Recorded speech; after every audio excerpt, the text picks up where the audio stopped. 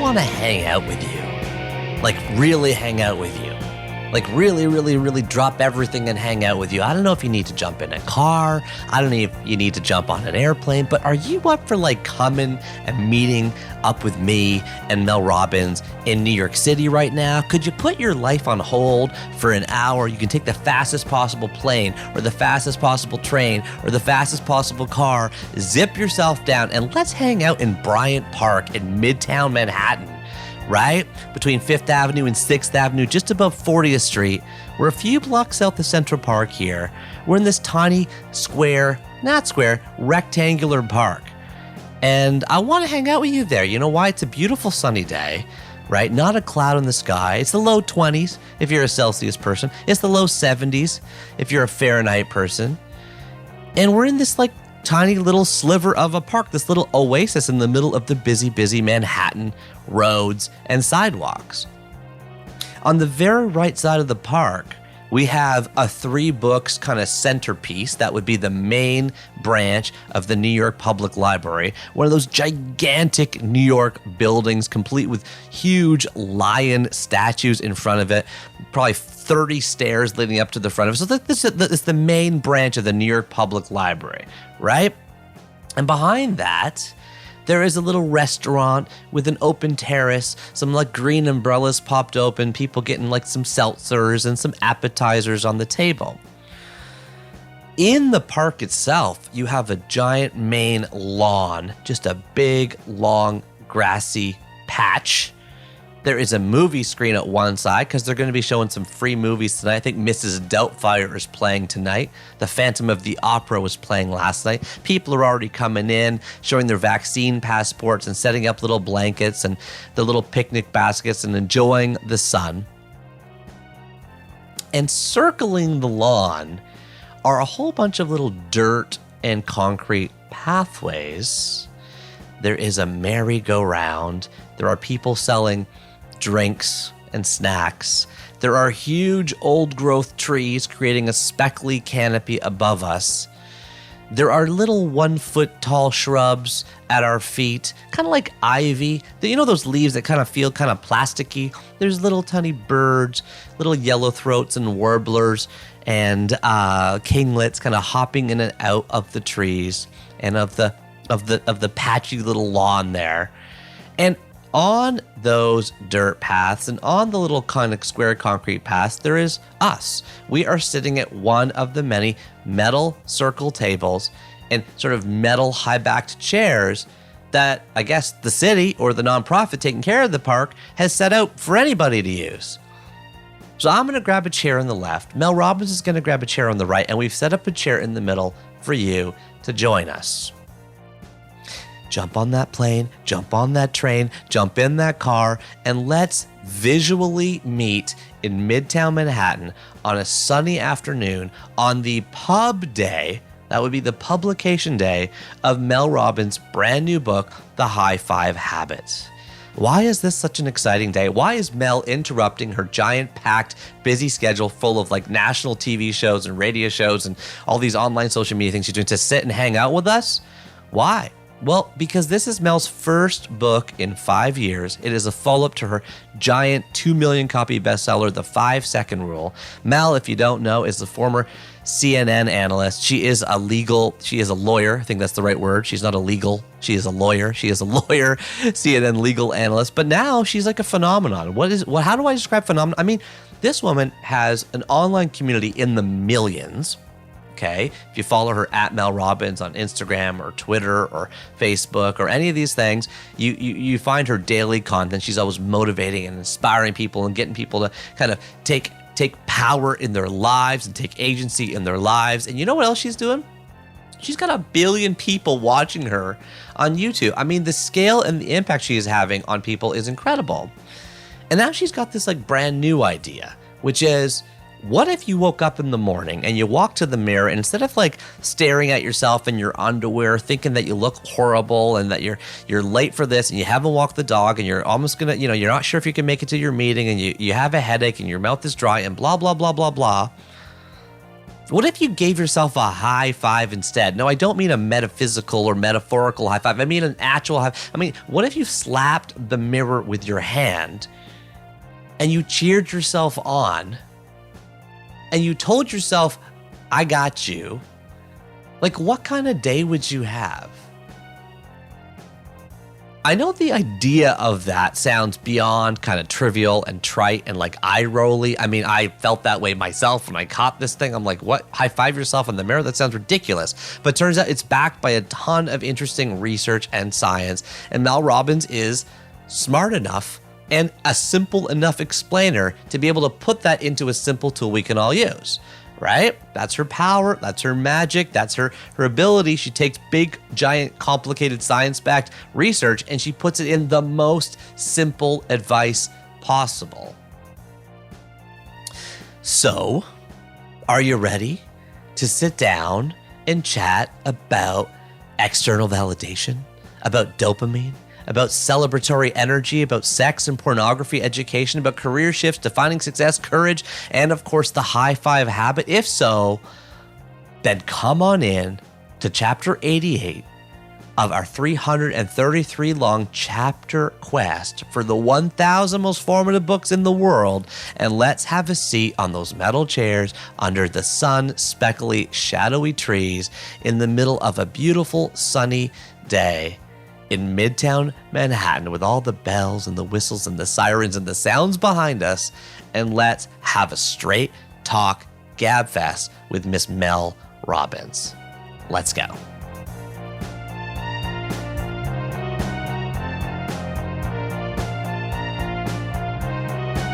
Okay.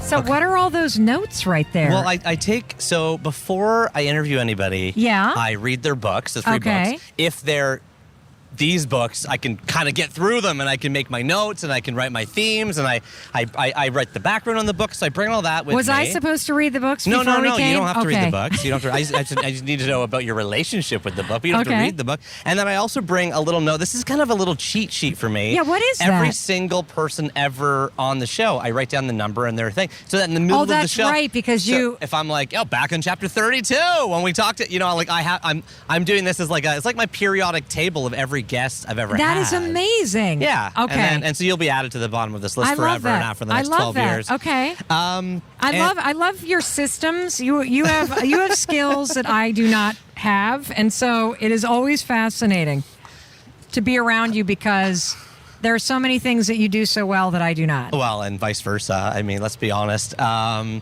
a force. You're the level you're at. I met you in 2017 in Vegas because we were both speaking to a group full of accountants or whatever. Yeah. And you were speaking the day before me, which was a big mistake by the organizers. Stop. Because I had to then follow you the next day.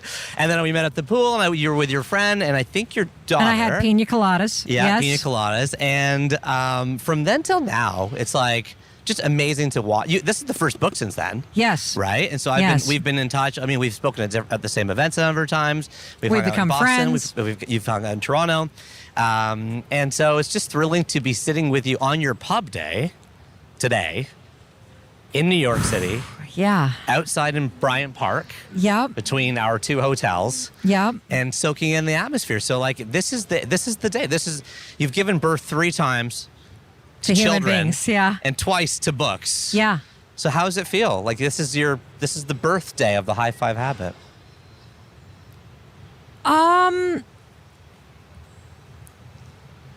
God, there's so much I want to say. Yeah. So when Chris and I were pregnant with all 3 of our kids, we never found out the gender because I always thought it would be anticlimactic to only be waiting to know when somebody was arriving. Yeah. I didn't find out the gender. Chris didn't want to find out the gender because we wanted to know who was going to come and let that be a surprise. Yeah. And so all 3 of my pregnancies had this wild sense of anticipation about the human being that was arriving. And this book, I only started writing probably in June or July of 2020. Right. And 14 days before the manuscript was due, we tore the whole thing apart and rewrote it again. And Amy, who is here, who has stepped into my life. You can read about her in the last chapter. Yeah, I just did. Was there for those 14 days. In fact, that was when she and I first started working together. Those 14 days, and so I feel this incredible feeling that I felt right when I went into contractions for each of our kids, wondering who's arriving. Like, I don't even relate to this like a book, because I feel that this printed product or piece of art or whatever is actually a vehicle for something much greater.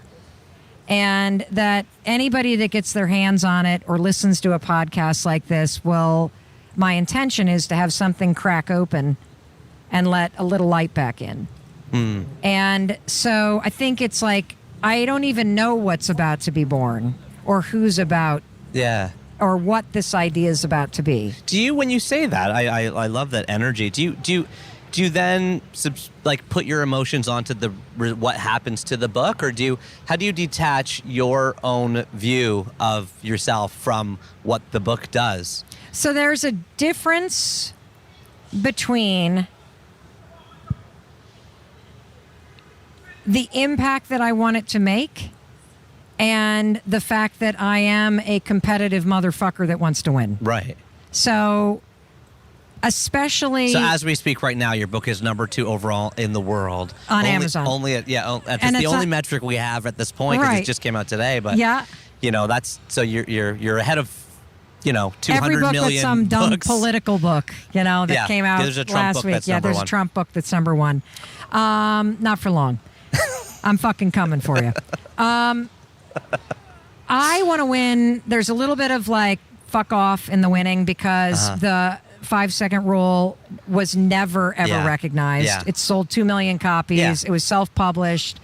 Never made a list. Never got mainstream press. Never anything. Yeah. And then just last week, Target and Costco and your old alma mater Walmart all said, meh, Mel Robbins is an unknown author.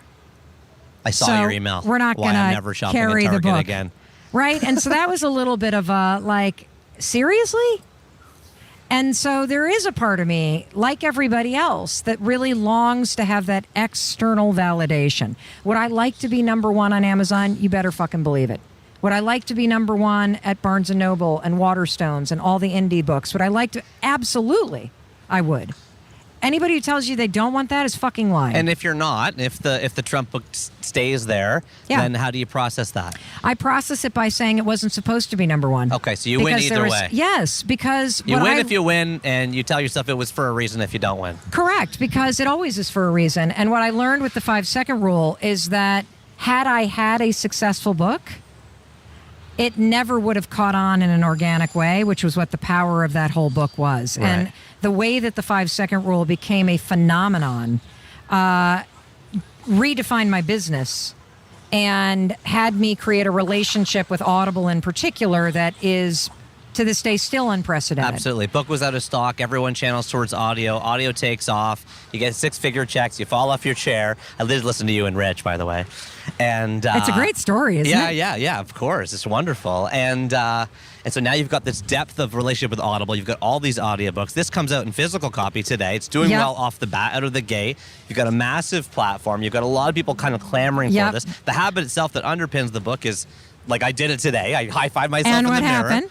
Yeah, it felt weird it feels weird the first few times. I like it, though, because I also remember you and Chris talking on your Instagram about how you should say I love you in the mirror. Right. So I started doing that, which felt weird as well. But now I'm doing it. I'm saying I love you and high-fiving myself in the mirror. Well, the thing about the high five, which is so powerful, is it doesn't require you to say something you don't believe yet. You don't have to say anything. No. And this is the genius of this idea. I am merely using science to help you take programming that is already in your mind and your nervous system and aim it back at you. So when you high five somebody else, your brain gives you dopamine. This is shit I didn't even write about in the book because I only just talked to Dr. Daniel Amen 2 weeks ago, world's leading expert on the brain. He geeked out over this. We just did an entire show with Dr. Oz about the high five habit and the science You of said it. that today? Yesterday. Oh, wow. And the whole show. And Dr. Amen was on it with me, and he's like, well, when somebody high fives you, the reason why it feels good is because your brain gives you dopamine.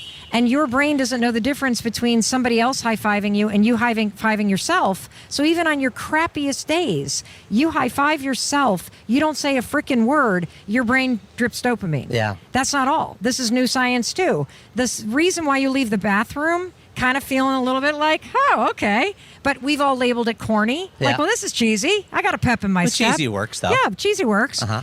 It's actually your nervous system that's making you feel energized because your nervous system for your life has programmed in celebratory energy when you wave, when you hug somebody, Sure. when your team scores, when Yeah. you high five somebody. And touch. Yeah, and touch. And so when you high five yourself, and you don't even have to high five the mirror, your nervous system is like, oop, zap, vitality.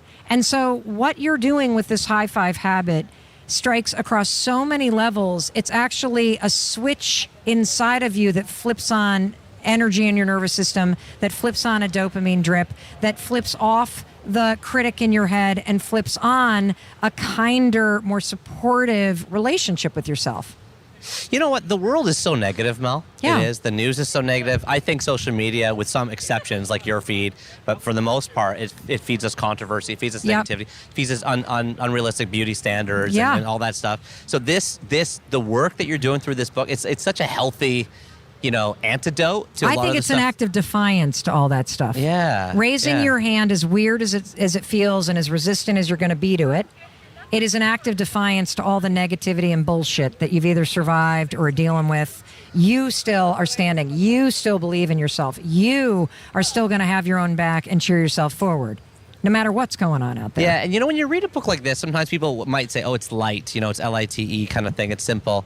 But I've been to your house, and I've seen all your bookshelves, and I know how much you read. I know you're a big reader. I've seen your bookshelves. I know you've read Infinite Jest with David Foster Wallace. Like, you've scraped through a lot of books. And so I asked you before you came down here today, and before I came down here today, I was like, now go through that bookshelf, look at every book on there, and you tell me which 3 books made Mel. I want to know, like, the DNA, the literary DNA underpinning Mel Robbins. And so you did that. Did I give you the most surprising list you've ever had? They were wonderful books. 2 of the 3 I'd read, and the third one I hadn't, but I just finished it this morning. So I've read all 3 of them now. And they were great. And they were so you. They were unpretentious, but powerful, simple, and strong. And so is there, Where do you want to start? Well, did you read this when you were a kid? I'm holding this up. So do we tell everybody what the books are? Yeah, we're going to. Yeah, but you have to point out the one you want to start with. Do you want to start with this one, or which one did you read at the youngest age? The youngest age? Yeah. For sure, The Giving Tree. Okay, so we'll start with, so just for people that, so for those that don't know Bryant Park, we're in Midtown Manhattan. We're on between 5th and 6th Avenue, just north of 40th Street. Around us is all this greenery. I just saw like a little golden crowned kinglet like hop into the bushes here. There's pigeons Is that a flying bird? over us. It's a bird. Oh. Got really into birding in the pandemic. There is a water fountain behind Mel. There's people sitting at all these tables. The big lawn beside us is all green grass, and there's free movie nights Monday, Tuesday, so it's going to get filled. There's a merry-go-round behind you, tall buildings, as there is in New York, surrounding us on all sides. And I just love the auditory atmosphere of having a podcast outside. And so thank you for letting us start this conversation with The Giving Tree. And we're sitting underneath the tree. And we're sitting underneath the tree that looks like The Giving Tree. This book is by Shel Silverstein, published in 1964 by Harper & Row. Cover is a bright apple green with a green-trunked, green leaf tree. Everybody knows this book. Everybody knows the cover. The tree is bending down. A single bright red apple is falling from the tree into the hands of a small boy. The title of the book is embedded in the tree trunk in playful white font with the author's name below in black. Shel Silverstein, born in 1930 in Chicago. Did you know? No. Died in 1999 in Key West, Florida. He's an American writer, poet, cartoonist, songwriter, and playwright, best known for cartoon songs and children's books. His books have sold over 20 million copies. Quickly, their once once was a tree. She loved the little boy. Every day the boy would come to the tree to eat her apples, swing from her branches, or slide down her trunk, and the tree was happy. But as the boy grew older, he began to want more from the tree, and the tree gave and gave and gave. The branches, the trunk, everything. A tender story touched with sadness, aglow with consolation. It's a moving parable for readers of all ages. File this one, Dewey Decimal is under 813.54 for American and Canadian 20th century literature.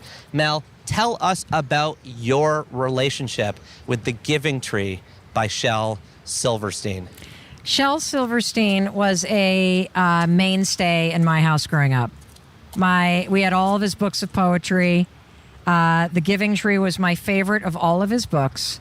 My mom and dad would read it to me to bed.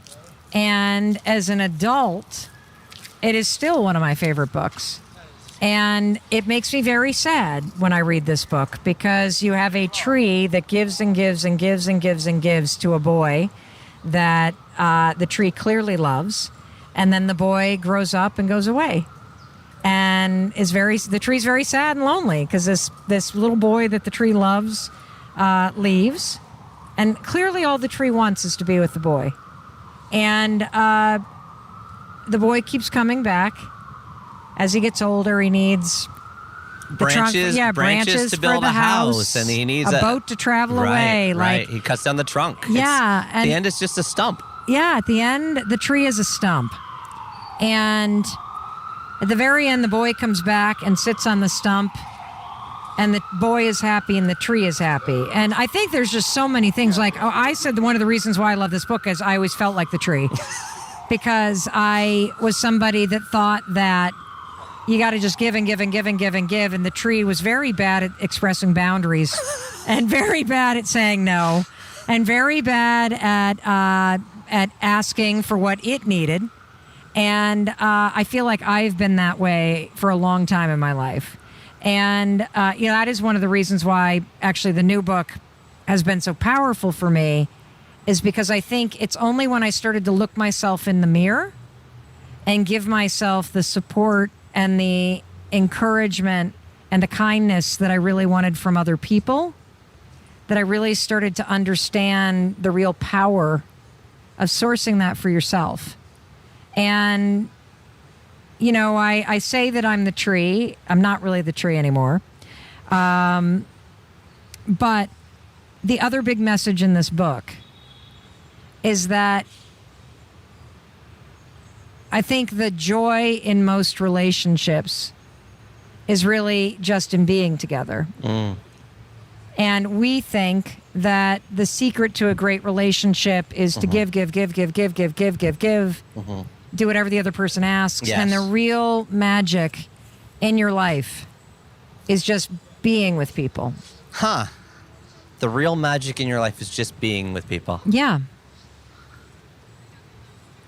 Time is the greatest gift of all. Yeah. And at the end of the book, it's very sad, because the tree and the boy are at the end of their lives. And it's very present for me how much time was squandered chasing things, that don't necessarily matter. Why do you say you're not the tree anymore? Something happened. Yeah, well, I think the high five habit has changed me profoundly. I really do. I think the 5-second rule, the first book that I wrote, was really... it helped me change habits. It helped me take action. It helped me push through fear and self-doubt, but it did not fix the deeper issue that I struggled with, which was self-hatred, and which was a relentless beatdown in my mind that focused on what wasn't working and what I wasn't doing right, and that picked apart the things that I didn't like. And in the course of the past year, literally starting my day with a high five every day and allowing all that science to work, it's magic. I don't even need to high five myself anymore. Because when I see myself in the mirror, I don't see somebody that I'd ever criticize. Yeah. And I feel like so many of us have spent a lifetime giving, hoping that through giving everybody everything we have and being somebody we don't want to be, somehow we're going to get the validation and the love and the sense of worth that we're all seeking. And when you learn how to stand tall and firm and know that you are worthy just because you're here, it's a totally different way to go through life. At the end of the book, the boy is sitting on the stump. You can cry, by the way. I can see your eyes welling up. You go for it, Mel. You taught me that, by the way. I watched you on stage and you were saying, I'm tearing up. I do that now. I used to always swallow, swallow with my eyes. Don't let that happen. Don't swallow it. Yeah. And at the end of the book, the boy says, the boy who's now a 95-year-old man sitting on the stump, and it says, and the tree was happy. It's what you said. Leslie thinks that this book is a metaphor for parenting. And she said, I think so too. She's like, how is it possible that after I give birth to a child and I'm holding it in my arms, the best case scenario is that our child, sees me die. That's the best case scenario. Yeah. And the tree is happy, but it's just a stump.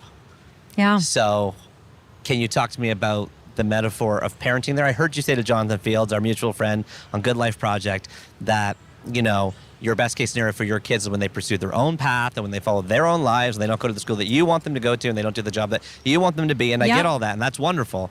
But still tell me about the relationship of love and parenting and how you can be happy giving everything you can to your kids and how that manifests itself into you now. Give them some apples and give them a limb.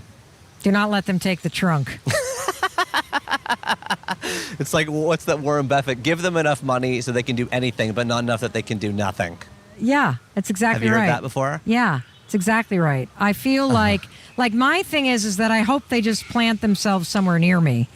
Or if they don't, I'm going to have to figure out how to make sure that I'm the kind of tree that can winter somewhere so I can be near them. Because I don't, the one thing about my life that I really don't like is that I don't live near my parents. And, I came east for college and law school, and my parents still live in the tiny little town in western Michigan where I grew up. Yep.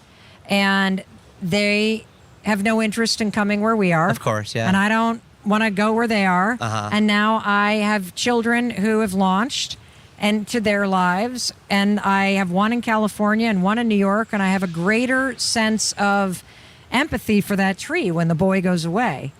And I haven't, though, given my trunk or all of my branches. And so I still am strong and firm in my own life. I don't need them taking or needing me to be happy with my life. But that said, I would love it if my parents lived near me. Well, this is the thing. So much happiness research says that the strength of our social relationships with our friends and family is more important than almost anything for happiness. 1,000%. The culture I come from, Indian culture, only are you near your parents, they're upstairs or they're in their basement. Yeah. And it's not uncommon for the extended family to be just kind of physically near each other. I think it's fantastic. Right. This is common. I like, so there's a stretching of the family unit, especially in the States, especially in upwardly mobile families, especially as education and access to education is all over the place, access to career. Yep. So to what extent is that correct? And to what extent should we kind of push the brakes on that or try to figure out a way to be physically closer for longer periods of time as we have historically been? Well, I think that it's very important that people create lives that work for them. And there are a lot of people that have shitty parents or abusive pasts or very dysfunctional relationships. And so not being near is a good thing. And there are also people that don't have an equitable situation with their siblings. And so being near means that your whole life becomes that you're the tree. And I didn't have kids for the purpose of them growing up to take care of me. I hope they do if I get sick, and I would think they would based on how I raised them. But that's not the expectation I'm going to saddle them with. Right. And so I think that it wouldn't have worked for me to be near my folks or in my small town as I've gone and tried to build a career. Mm-hmm. But now that I'm older and I have more money and more time, I am choosing to make the effort to spend more time with them. And the more time I spend with them, like we were just in Vegas last week. Yeah. Awesome. The more time I spend with them, the more I realize my mom and I are amazing for about 3 days. and then we need some time. This is common too, Yeah. right? That's the other aspect Yeah, of it. Is you and want then- doses and yeah, not foreverness. exactly. Yeah. And then, and you know, and I think my kids feel that way about me. That they love me Yeah. coming to visit for 2 days, and then they love it when I leave. It does make things more special when they are like these. You Yeah. know, everybody has those friends that you see them once a year, and you see them more than the friends that live across town. Correct. You You know, know. but I wish I lived a 3-hour drive from the people I love. Oh, that's. I good. wish I didn't have to get on a plane to see the people that I love deeply. That is the big thing for me. Even if it were 5 hours. Yeah. Like the ability to wake up and have a cup of coffee in your own kitchen and be somewhere having lunch with somebody you love, that's amazing. Yeah. And so I have said to Chris, I don't give a shit where our kids move. There is no way in hell I am going to have them raise families and we're not going to spend part of the year near them. Yeah. It's just not happening. I'm not going to allow it. And I think too many people, particularly in our parents' generation, cross their arms and are like, you got to come to me. You know, I Yeah. have more friends that complain about this, like, Mom, Dad, you see that I work full time, right? Yeah. You see that our kids are all over the, well, your kids are busy. And when we come, they're not there because they're teenagers. You're retired. Can't you come? Like there's this stubbornness, like in the giving tree, Exactly. that unless you're showing up, you're not, yeah, and doing it on my terms, you don't love me. Speaking of love, Yeah. Oh, God. maybe it's good now to transition into your second book. Okay. You just finished it. You got to tell me about how this was. Sure, I will tell you about how Forever by Judy Blume was. Published in 1975 by Bradbury Press. The cover shows two teens locked in a forehead embrace. This might be a newer cover, but it's the one I It's got. a new Coming cover. from opposite sides. They both have dark hair and closed eyes and rosy cheeks. Judy Blume's name is across the top in a thin white font. Bloom is in cursive. The title Forever is in small caps and white below. Catherine and Michael met at a New Year's Eve party. They're attracted to each other. They grow to love each other. And once they've decided their love is forever, they make love. It's the beginning of an intense... Wait, how old are they?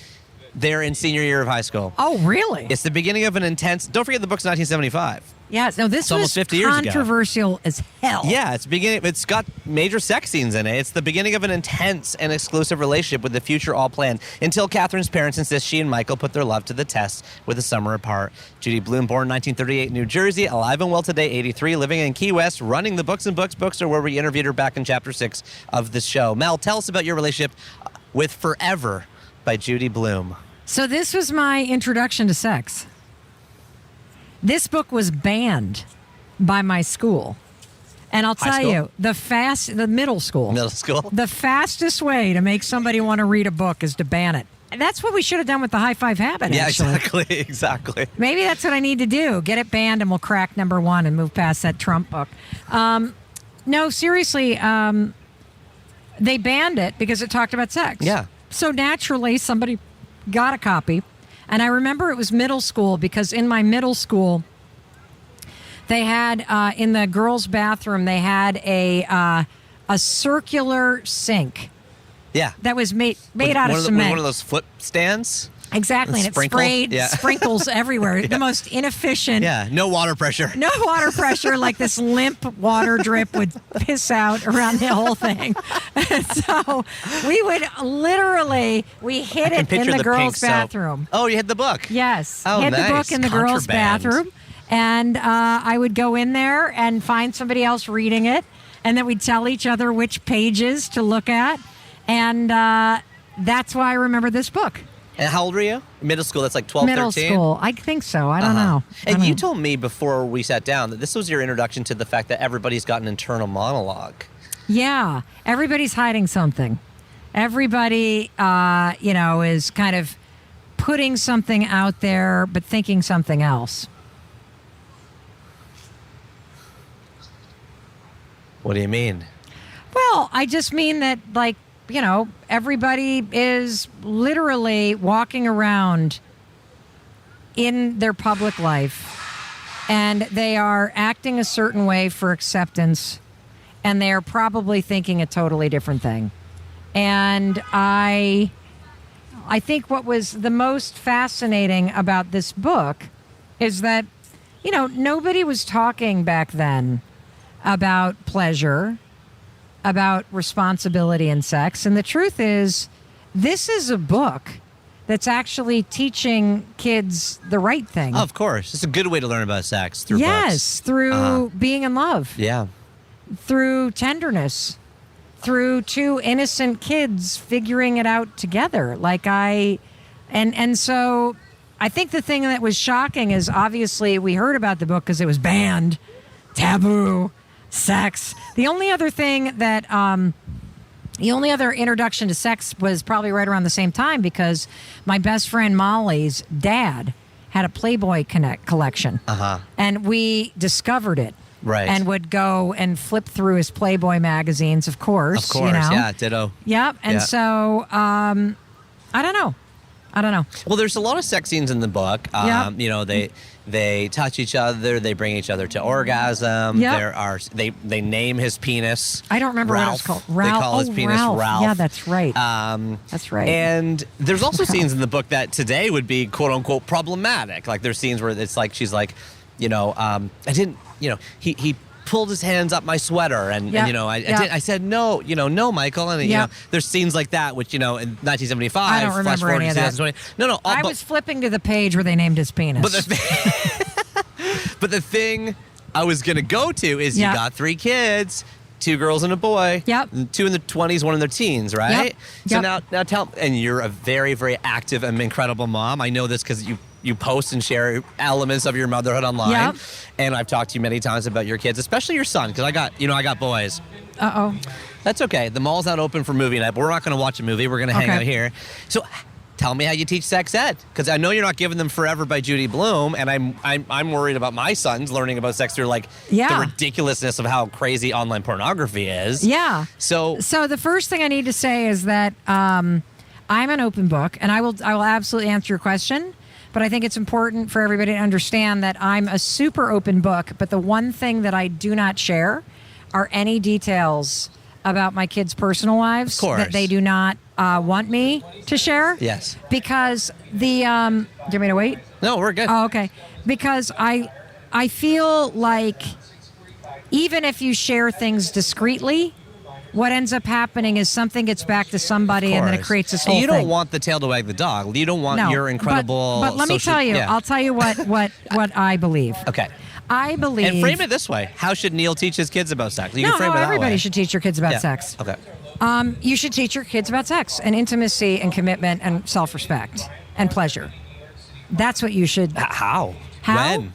I think at 12, at 13... I think it's really important to start having a very pro-sex message that sounds a little like this. Sex is one of the single most amazing things that you're going to experience in your adult life. And I cannot wait for you to be in a loving relationship and to have those experiences. And here's the thing that nobody's going to tell you about sex. You're going to get a lot of pressure to have sex. Don't waste it on a fucking moron. Don't do it in the back of a fucking car. You will always remember where your first time was and who it was with. You are not ready to have sex if you cannot respect yourself and respect how important sex is in your life. And so here's what I'm going to ask of you. When you think you're ready to have intercourse, you're in a relationship with somebody that cares about you, you think that you love somebody, you feel respected and safe, come to me and Dad and tell us that you're ready to have sex. Because if you can't actually talk about it, you're not ready for it. And if you come to us and you say you think you're ready to have sex, we're going to say, okay, great. And we're going to make sure you're safe and we're going to get you the protection that you need. And we are going to arrange to leave the house. And you can be here in your bedroom and you can create whatever kind of experience you want with the person. And because the first time's going to suck because it's going to be painful for her or him or whatever. And you want to be in a place where you feel respected and safe, and so do they. And you want to create whatever experience you want. And that's how this is going to roll. And if you can't do that, you're not fucking ready. I love that. Because it's like a ninja move where they're like, wait, what? You'll leave You're the house? telling me to have sex? Yeah. And here's the thing. Both of our daughters came to us. And it was at the appropriate time. And we did exactly what we said we would do. We got them the IUD. we left the house. They were able to have their experiences and have it be safe and respectful and amazing for them and their partners. And they treated the act of lovemaking, the act of losing your virginity, the act of committing to somebody like that, the act of having that experience with the respect it deserves. Absolutely. Yeah. That's beautiful. See, the thing is, also, in addition to your relationship to your children and how you talk to your kids about sex, which I think is really, really progressive, and I think that's really beautiful how you've said it. And it also, it doesn't shy away from it, which I think a lot of parents do. But the thing I'm also worried about is just how crazy pornography is now, and how absolutely kind of putrid and scary and shocking it is. And I feel like that is, I remember, as a kid growing up, it's like, we stay up late until 2 a.m. and watch the Fuzzy Channel, and that's so it's cloistered and simple, and maybe you stumble on a stack of Playboys or Penthouses or whatever. But now it's like, it's totally, you talk about dopamine. It's totally dopamine hooking. Yeah, dump. And I'm worried about that. So I'm also like, yeah, we've got the young kid sex ed books, but I'm like, there's some sort of bridging that needs to happen here. And also, just to go dark, 1 out of every 6 boys, 1 out of every 4 girls has an incident where they're molested. And what the researchers say is that freezes the development of your brain around sex at about that age. And you will have a trauma response to sex. And so in addition to porn, there are other very real traumatizing things that impact people's ability to be safe and respected. And, we have a son who's 16, and his first experience with sex was going over to his cousin's house, and they logged on to, it wasn't YouPorn. It was like a pornography site that was old people fucking. And it was his older cousins that showed him basically 80-year-olds, wrinkly bodies having crazy sex. And he came home so traumatized about what sex was. This is what I'm scared of. Well, yeah, but I think the scarier thing is that was a horrifying experience. The scarier thing, in my opinion, is watching porn and then having unrealistic expectations about what sex actually is when you're starting out. And so, also the again, tail wagging the dog. We want our bodies to look like the ones we see. Yeah. Endless. Beauty services today are essentially turning us into porn stars. People are chasing the look, the bare chest, the boob implants, we want ourselves to look like the things we see, and that's scary. Well, I think, because we're kind of in the lane of teenagers. We have a 16-year. We've had the same conversation we had with him that we've had with our daughters. Yeah. And with a son, I also layer in, and dude, like, you got to make sure there's no drinking, and you got to make sure that your partner's okay, and you got to make sure that, like, this is another reason to not have this be something in the back of a car that people feel pressured or under the influence of alcohol. That it's something that is part of a committed relationship because you see the value in having the experience of sex be in that context. Yeah. That's beautiful. Everyone needs to hear that message. Every kid needs to hear that message. And every kid hopefully needs to be supported by their parents to have... And here, let me tell you the other thing that daughters need to hear. Don't just blow him. Is he going down on you? Why are you so busy to go down on him? Like I said this to my daughters too. Everybody's going to pressure you to go down on them. Why don't you say, I will after you go down on me? Your pleasure is as important as his. That's what you were saying earlier. Prioritize pleasure. And your own. Your own. That's a message girls do not receive. No, it's not. Yeah, it's you got to blow the guy to make him like you. That's what society says to girls. And so when I'm like, why doesn't he go down on you first? It's like, light bulb. Oh, because you're busy trying to make him like you. Yeah. Like, where's the equity in this? Yeah, and you know what I like about this conversation, although it's uncomfortable. Maybe for you. And so, no, Well, Not uncomfortable for me. No, I don't mean uncomfortable that way. I just mean it's like, yeah, I don't talk about that very often, but it's healthy. It's health. It's that maybe that's the issue, right? Is that we are uncomfortable talking about it. Totally. Like, why are Yeah. we not talking about something that's a critical part of your adult life? Right. It's essentially the only purpose of your biological existence. Seriously. And how to be responsible and respectful to yourself and your partner around it. Right. Okay, this is good. Anything else to say on the topic of sex ed? I don't think so. Okay. There's more there, but No, I don't think so. I seriously don't. I don't know. Like, I'm sure there's a lot there, but not that I can think of everything. The one thing I think of about you, and I don't want to open this up if you're okay with it, but you've been posting online about your breast surgery. Oh, yeah. Right? What do you want to know? Well, it's not what I want to know. It's I want people to know that you got breast implants and then you got breast implants taken out. Yes. And so for someone that's gone through that both Yeah. ways, and you've shared that, Yeah. what's the Why story did that you happen? would share to people? Well, so I got implants 4 years ago after having 3 kids, and my breasts turned into like cow tongues.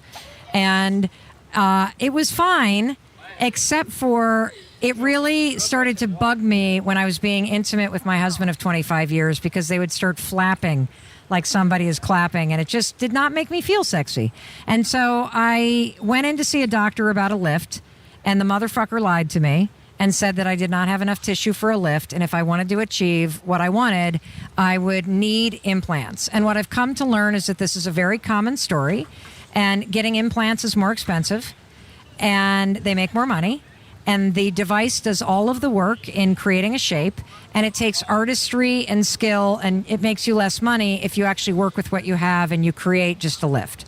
So I get implants. I do not know what a lift is, but what is a lift? Basically, you cut out all the extra skin. Okay, a lift is like shaping, and Yeah. implants are like yeah, putting get stuff rid in. of the extra skin and like tuck everything in Okay. and lift it up. Okay. And so it's like high school tits, small, perky, wonderful. So I was very clear. I want the smallest implants you got. And he kept saying, no, everybody comes here and they wake up and they want bigger. And I'm like, I'm the one patient that's not going to want bigger. So I wake up, and sure enough, he had made an executive decision that it would look better on my frame to put in not only bigger implants, but one was a pear shape, one was a round one. Like, the whole thing was fucked up. I hated it from the beginning, but I was so sort of ashamed that I had gone and paid for this extensive surgery, Right. and now I didn't want it. Right. So and then what are my boobs going to look like when I take these freaking sacks out of my body? And so I lived with it, and about 2 years into it, I'm like, I got to get them removed. And then 3 years into it, I bump into a friend of mine who's getting hers removed, and she tells me about something I never knew of called breast implant illness. And she explains that she had been losing her hair, and her memory had gotten worse, and she was having numbness. And I'm like, wait a Chemicals minute. in your body. I have so much numbness in my hand. I thought it was from dragging a piece of luggage around, and my ADD is 10 times worse. I thought it was menopause. Turns out my implants were not only being rejected by my body. When I pulled the medical records, they had been recalled because of a documented link to lymphoma, and they were in the middle of a massive class action lawsuit, something that this motherfucker that put them into me didn't even notify me about. Huh. So I fast-tracked a surgery with the world's leading surgeon on the topic out of Cleveland. And when we removed the implants, I had scar tissue that was so thick, Neil. And the left one, when they pulled it out, it had a 4-inch rupture and had been seeping into my body. So I got them taken out. Everybody has been telling me, you look 15 years younger. And I'm telling you, it's because of the high five habit. Like, the critic is gone. And it's because I don't have chemicals leaching into my body. Right. And my hands aren't numb anymore. And like, So what's your message on that to people that are trying to do not get implants, get a lift.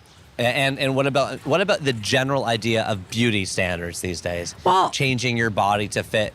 Because there's a kind of a fine line between confidence, like your own confidence and wanting right. to, getting, men can get a lot of stuff done. Look, I think that it's your body, and you should do what you want with your body. Mm-hmm. And if there are things, whether it's a nose job or Botox or self-tanning lotion or hair dye or a surgery that is going to make you feel like more of yourself, then you should empower yourself to do whatever the fuck you want. It's your body. It's your life. Okay. What I will tell you is that your new implants will be a fun toy, but after about 4 months, they're not going to make you any happier than you already are. TV. Right. And so without inserting a foreign object into your body, if you can work with what you have, I have no problem with, like if you want to do whatever you want, do whatever you want. But know why you're getting it. Yeah. Yeah. Oh, thank you. Very, very, very wise words. I asked you about that because I thought you would be able to talk to people about this. This is a thing people don't talk about much, is like making all the changes to their body. Speaking of making changes, there is your third and final book, which I think has helped inspire you to make changes in your life. Yes. It is called The Firm. The book is by John Grisham. It came out in 1991 by Doubleday. I'm holding the book here. It's a mass market paperback, same size as the Quentin Tarantino kind of new book. It's got big gold embossed letters saying John Grisham, bigger than the title The Firm. Underneath his name it says in small font, author of The Rainmaker and The Runaway Jury. There is a picture of a sleek mahogany table with 8 leather chairs around it in a boardroom. The Newsweek blurb says, irresistible, seizes the reader on the opening page and propels him through 400 more. On the back, Mitch McDeere signs on with Bendini, Lambert, and Locke of Memphis. He thought he and his beautiful wife, Abby, were on their way. The firm leased him a BMW, paid off his school loans, arranged a mortgage, and hired him a decorator. Mitch McDeere should have remembered what his brother Ray already knew. You never get nothing for nothing. Now the FBI has the lowdown on Mitch's firm and needs his help. Mitch is caught between a rock and a hard place with no choice if he wants to live. John Grisham was born in 1955 in Arkansas. He's an American attorney and author, best known for his popular legal thrillers. Mel, tell us about your relationship with The Firm by John Grisham. So this book came out in 1991 when I was a first-year law student at Boston College and hated my fucking life. I went to law school because I didn't know what else to do, and everybody around me was going to graduate school. And so I applied to law school because I thought, okay, well, that's a degree that you can use for a lot of stuff. And I got there and I realized I fucking hate this. I hate the people that are here. I hate what I'm doing. I didn't even know I had dyslexia at the time. So I'm like, why? I can't read all this shit. I have ADD, which is undiagnosed. I start having crushing anxiety. It's like jumping into a river that's heading toward a dam that you're going to drown in and not knowing how to get out of the current. And this book came out and it started to catch wind and became this blockbuster. And I picked it up. And I remember literally plowing through it in one weekend. It was the first page-turning thriller that I had ever read. It's a really fast read. And I did it instead of studying for end-of-year exams. But what it gave me was the resolve to finish law school because I thought if John Grisham was a lawyer in a Harvard-educated Boston college or Boston law firm. Yeah, he's a lawyer writing a book. And he writes this book. Maybe I could do something different than this than go to a large law firm. And plus, reading about a large law firm like this, I'm like, I'm not working for those motherfuckers. You know what I mean? I'm like, so no, it literally was like, oh, I could do something different. I could study and finish this degree, and I could be something different than a lawyer. You career coach is something that is a term that has been affixed to your name for years. Career coach? Career coach. I've heard you described as a career coach.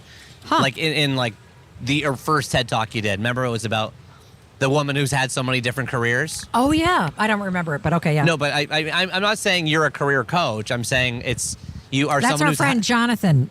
Did he label that? Jonathan Fields. No, he wrote the book Sparked. Yeah, of course I know. He does the assessment. I just mean you're He's the someone who's career done guy. a lot of different jobs. I'm like a hummingbird. I buzz to this, and then I buzz to that, and then I buzz to that thing, and then I buzz to this thing. And what I realize is it's all divine. That everything that I've ever done has been a dot on the map that has connected me here.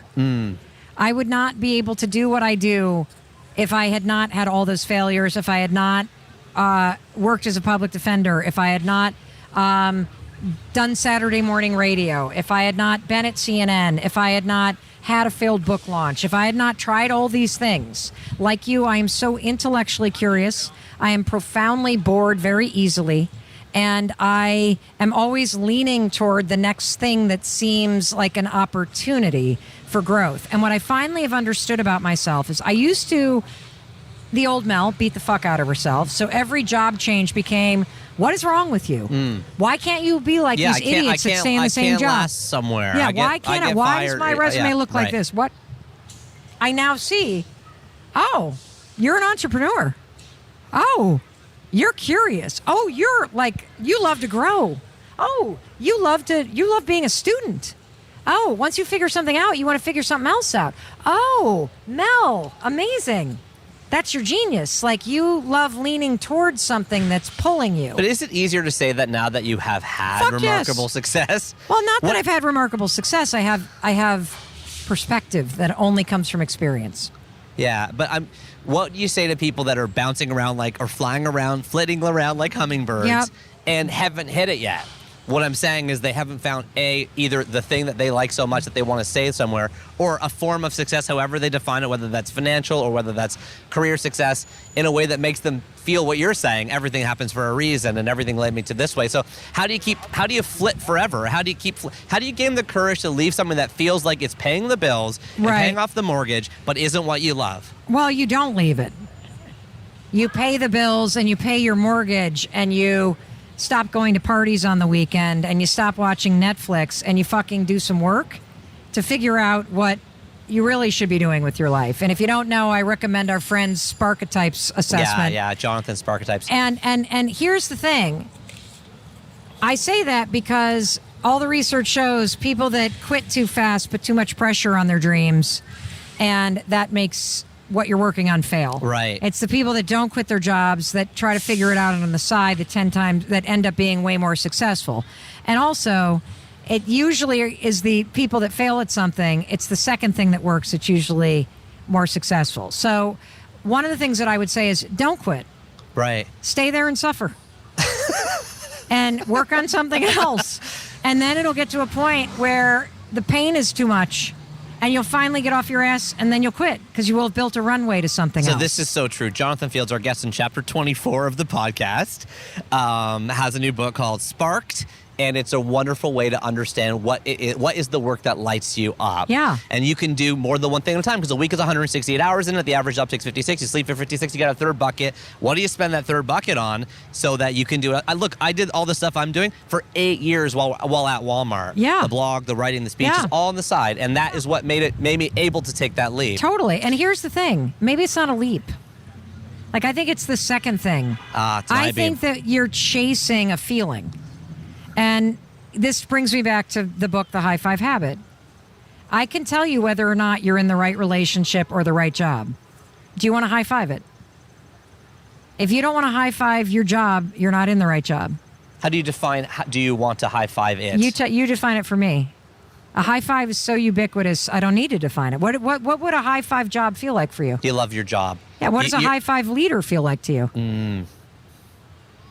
What is a high five marriage? It's the power of the phrase. It makes sense because it is already a thing in people's mind that we know. Yeah. What's a high five marriage look like? That's great. Yeah, it's a marriage where you actually feel like your spouse has your back. It's a marriage where you feel encouraged. It's a marriage just like a great team where you literally lift each other up and you play well together and you support each other and you don't hog the ball and you don't name call. And you go down on them first. Yeah, you go down on them first. Or they go down on you first. Whichever it is that is a high five for you. Exactly. And him or her. This is a books podcast. Our audience is 250,000 book lovers, writers, makers, sellers, and librarians. They are people around the world who love books. And are they going to now write to you about the swearing? No, swearing's fine. We've had Quentin Tarantino on the show. You're in good company. I swear a lot. I don't know. It just comes out of me at different times and places. Swearing's totally fine. We don't censor on the show at all. Anti-censorship force. To close things off today, Mel, I got a few just fast money questions to close it off. Number one, hardcover, paperback, audio, or e? Oh, audio. All day long, baby. Okay. And nothing pisses me off more than an author who does not read his or her their own book. I've only ever read my own books. Thank goodness for what you're saying. Although, why? Because, sometimes the author, they hire Jeff Daniels to read Quentin Tarantino's book. He's pretty good at it. They hire Lin-Manuel Miranda to read, A Brief Wondrous Life of Oscar Wilde. It's pretty good. What about the good actor? Well, you know what? I guess if it's fiction, that's one thing. Oh, okay. I think if you're writing personal development or memoirs or shit, don't fucking phone it in. It's got to be you. It's got to be you. And it's also, you know where to like enunciate. You know what you're trying to say. Please. You also go off script all the time. And I took inspiration from that on my last audiobook that I read because you did such a good job with 5-second rule, like just going off script. Wait till you hear the high five. I would love to. I'm sobbing near the end of it. And at the end of the couple of the chapters, I say to my team, we need to re-record that. They're like, no, no, we're all crying. No, we have to hear this. How do you organize your books on your bookshelf? I don't. Okay, I don't. Yeah, why would you organize your books on your bookshelf? Well, I minor in the Dewey Decimal System. No, you don't. Yeah, I do. Why? Well, I'd like to know where like my knowledge gaps are. I'm like, oh, dude, okay.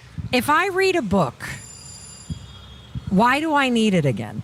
Oh, interesting. I mean, I have books, but I tend to donate a lot of our books to libraries. Okay. Great. Yeah. Yeah, like because I don't like you're it's not not. you're not a rereader.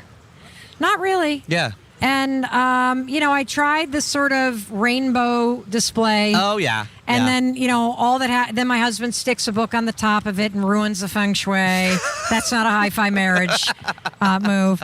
Or one of the kids grabs something and sticks an orange in the middle of the blue, and then it pisses me off. So that's like too precious. Yeah. Okay. For us, I don't need the books to display my intellectual firepower. I don't need the I just don't. I have the stack of regret next to the bed. A stack of what? Regret. They call it the Tower of Regret. A stack of regret? Oh, like your to be read pile? Yeah. The publishing world calls that like the stack of regret or something, or shame or something like that. It's all the books you mean to read. Right.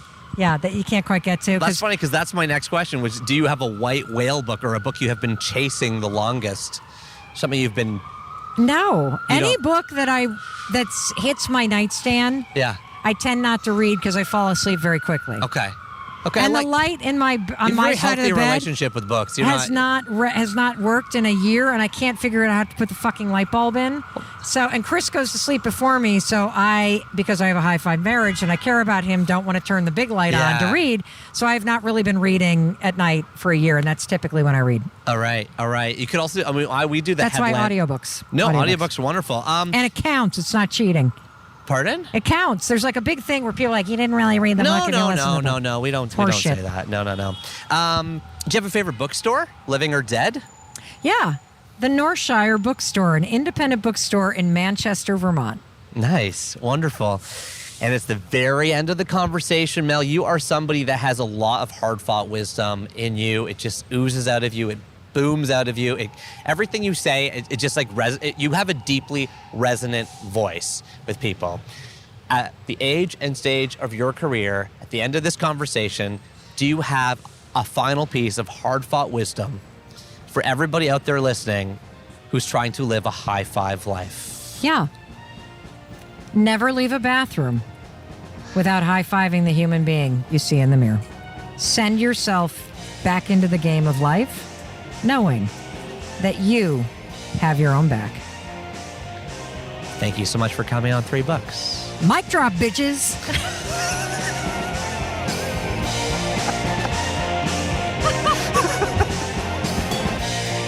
Mic drop is right. Ho, how you feeling? Let's pull our chairs out behind us. Let us, the 3 of us, stand up. Let's give each other high fives. Let's give each other hugs. And let us smile and say thank you to Mel for inviting us into this powerful little, I can't think of another word for it other than like a pep talk, a big pep talk. I needed it. You needed it. We flew to New York to get it. And we got to hang out with Mel Robbins live and in person right now. That was beautiful. So many quotes jumped out to me in that conversation. And as the sun is starting to set in the background there, as more and more people flood onto the field there, right? The lawn, lots of blankets out. The movie is starting to kind of get ready. There's like this little trivia game on that screen. They haven't started Mrs. Doubtfire yet. They're not going to start that till sunset. We still got a few minutes until then. Mel's looking at her watch because she's got to rush off. She's got an Instagram live she needs to do, and she's going to have dinner with her husband and her daughter to celebrate the launch of her brand new book. But let's just stand up and look around and take some mental inventory right now. What quotes jumped out to you? I got 3 I wrote down. Number 1, your brain doesn't know the difference between someone high-fiving you and you high-fiving yourself. She didn't mention this, but it's true, people. We got a visual cortex in our brain, and in our visual cortex, we got an area called Area 17. When something good happens to you, like you get a high five, then Area 17 lights up. And if you repeat that process or that action and you control the repetition of it through your own agency and through high-fiving yourself, guess what? Area 17 lights up again. And if you talk about it and you think about it or you journal about it, it lights up a third time. That's not just the high five habit, by the way. That's any positive thing that happens to you during your day. So I love that quote. Reminded me of the science. I wanted to shout it out for you now. How about this one? The joy in most relationships is just the joy of being together. That one, as you heard, sort of stunned me into silence for a second, but it's true. Right? What makes Three Bookers special? What makes the Three Books community special? It's just the joy of being together. It's just the joy of hanging out together like we did right now in New York City. We were there, weren't we? We were right there together. We could feel each other's energy. We could feel each other's love. I've been missing doing these things live, right? And I love that joy from the relationships, and I felt like we had it today for sure. And number 3, you should teach your kids about sex and intimacy and commitment and self-respect and pleasure. In addition to talking about sex, as Mel did very openly and very honestly today, I like that she delineated or like sort of peeled apart the elements, right? Intimacy is a whole separate conversation. Commitment is a whole separate conversation. Self-respect is a whole other conversation. And pleasure is a whole other conversation. Such an important such an important topic that most of us, myself included, just don't have enough experience or education to know how to navigate that with our kids or the people we're closest to. So I like that. Mel, you are a gift. You are a pleasure. Thank you for giving us 3 more books to add to our top 1,000, including number 739, The Giving Tree by Shel Silverstein. Number 738, Forever by Judy Blume. And number 737, The Firm by John Grisham. For those that don't know, you can head on over to 3books.co/the-top-1000 for a list of every single formative book ever mentioned on the show. Thank you all so much for not only listening, but for flying and driving and training over to New York City, man. I mean, I was amazed that you were able to just drop everything and just show up there. That was awesome. It was wonderful to be in your company. And thank you so much for this wonderful conversation together. And now, are you still here? Did you head on back to Grand Central Station? Or do you want to stick around for the end of the podcast club? Mel has scampered off back to her hotel to take care of other pub day commitments and then the dinner she's having with her son and her daughter to celebrate the launch of her book. But you and me, we get to hang out and we get to talk directly to each other. Why don't we start, as we always do in the end of the podcast club, by playing one of our voicemails to 1-833-READ-A-LOT. Here we go, people. Hello, my name's Patrick. I'm from Silicon Valley, specifically San Jose, California. My most formative book is and was Think and Grow Rich by Napoleon Hill. It happened 15 years ago. It was the catalyst for me in my life, let alone my career, that really started to change my mindset and make me believe that I can do way more than what I was setting out to do. And it is what created me to get to this point, having the job I love in Silicon Valley and doing what I love doing. So that was my formative book. Thanks for everything you do, Neil. Really appreciate your podcast and your work. Thank you so much to Patrick from Silicon Valley for calling in and sharing his most formative book, which is Think and Grow Rich by Napoleon Hill. That is one of those books that I've had on my TBR, on my to-be-read list for like forever. I'm sure I have it on my bookshelf. I'm sure I've been told to read it many times, and maybe you're just giving me the exact impetus I need to finally pick it up. Thank you so much. By the way, for anyone listening, if you want to call it and share your most formative book, we would love that. Just 1-833-READ-A-LOT. That's READALOT. I'd love to hear from you. Okay. Now, what should we do now? Let's head over to the letter of the chapter. You know what? I want to revisit chapter 82 with Quentin Tarantino. I posted this one up on YouTube, and there's like hundreds of comments below it. And I'm going to read you a letter that really is a comment string between me and a guy named Joel Lopez, who I don't know. Joel says, "Man, I have a hard time with people that just say yes to everything without really talking about it. It's like someone that just agrees without knowing, or like they know, and in this podcast, it's a minefield of that! Exclamation mark, exclamation mark, exclamation mark. He studied all the other podcasts and then just came up with clever questions. Then Tarantino would give deep response, and the interviewer would just agree or say yeah and move on. Almost like he really didn't study or know the subject, but would lead on like he did." And then there is an emoji, which is like a yellow, kind of like, I want to say, yeah, it's like one of those, like the two eyes are like slits and the mouth is a slit. So it's like two slit eyes and a slit mouth. That is the emoji. I don't really know what that means. I don't know if that's angry or like grimacing or what. Anyway, I saw that comment, so I replied. I wrote, "I studied for 2 weeks, plus had watched his movies before, but that's it really. Not nearly as deep as huge QT fans, which was actually a big part of my intimidation in interviewing him." Exclamation mark. Joel Lopez wrote back, "Neil Pasricha, thank you for sharing your show and your comment. You showed something with this comment, and I was wrong in some aspect. But either way, I wish I could leave these comments out of the section and send them privately because it's not a jab, but it's what I noticed and how it comes across.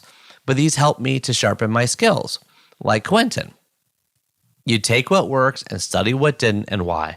But you had great questions. And can I say that the last question you posted was the bow tie on this gift? Exclamation mark. I mean, really, what a climax. When I heard that, it just told me, boom, finish your story. But this just gave me the tool I needed to just understand it all. Exclamation mark, exclamation mark, exclamation mark. Again, be what it was. Don't get me wrong. This was a gem. And hats off to you for living your dream and interviewing great people that you have a love for what they do, as do you yourself, and that must be celebrated. Cheers to you for sharing and doing and teaching me personally, but this issue I have is personal, and you did great. And when I go back again, you did do your homework, and I was wrong in that statement to say it sounds like you didn't. Again, I wish I could send these privately to not make public, but here we are, and this is it. And thank you again for your time and for setting this straight. Really respect to you, sir. I hope you have a great day." Smiley face. "Can't wait for your future stuff to correct my warped views. Thumbs up emoji, thumbs up emoji. Here's to you, mate."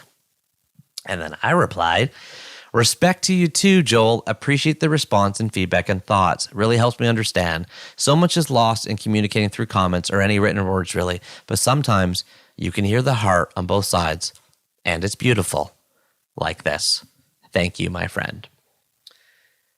Okay, now why did I share that letter/comment string on you? Just because I think that so much of our interaction in the world today gets warped, as Joel said. We have to put it into words, and then we put it into comments, and then we're using emojis, and then we feel anger because these things sound sharper than they really are. And when we can both lean in and try to be a little bit more human with each other, as Joel and I were both trying to do, especially Joel, then what an amazing thing. I had this beautiful little poignant connection with this person I have never and probably will never meet, right? But that's special. And Joel, I want to invite you formally into the 3 Books community. We would love to have you as a 3-booker. Thank you so much for your letter. Okay. And now it is time for the word of the chapter. And for this chapter's word, let's go back to Mel. We heard about the book because it was banned, taboo, sex. Yes, indeed. The word is taboo. Taboo. Taboo. Taboo. Taboo, an adjective meaning banned on grounds of morality or taste, or a second definition, forbidden to profane use or contact because of what are held to be dangerous supernatural powers. Okay. No, that's the adjective. What about the noun? Well, the noun is a prohibition imposed by social custom or as a protective measure. For example, they may have developed a taboo against eating fish. Okay, we got an adjective, got a noun. Anything else? Oh yeah, it's also a verb. Also, less commonly, a verb. To set apart as taboo, especially by marking it with a ritualistic symbol. This seems like an interesting etymology, and sure enough, it is. Captain James Cook, the British explorer, visited the island of Tonga in the South Pacific in 1777. And he notes that the Tongans used the word taboo for anything that is forbidden to be eaten or made use of. In his journals, he wrote, Not one of them would sit down or eat a bit of anything. On expressing my surprise at this, they were all taboo, as they said, which word has a very comprehensive meaning, but in general signifies that a thing is forbidden.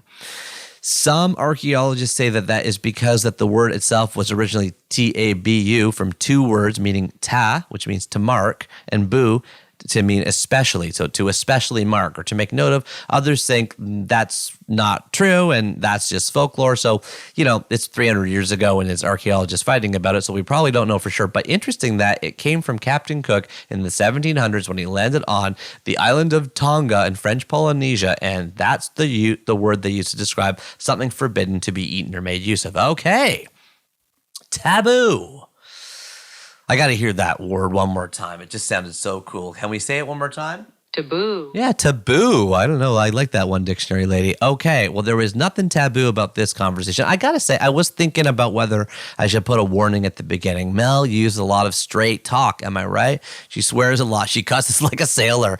But part of the values of our show is like books themselves. We want them to be an anti-censorship force.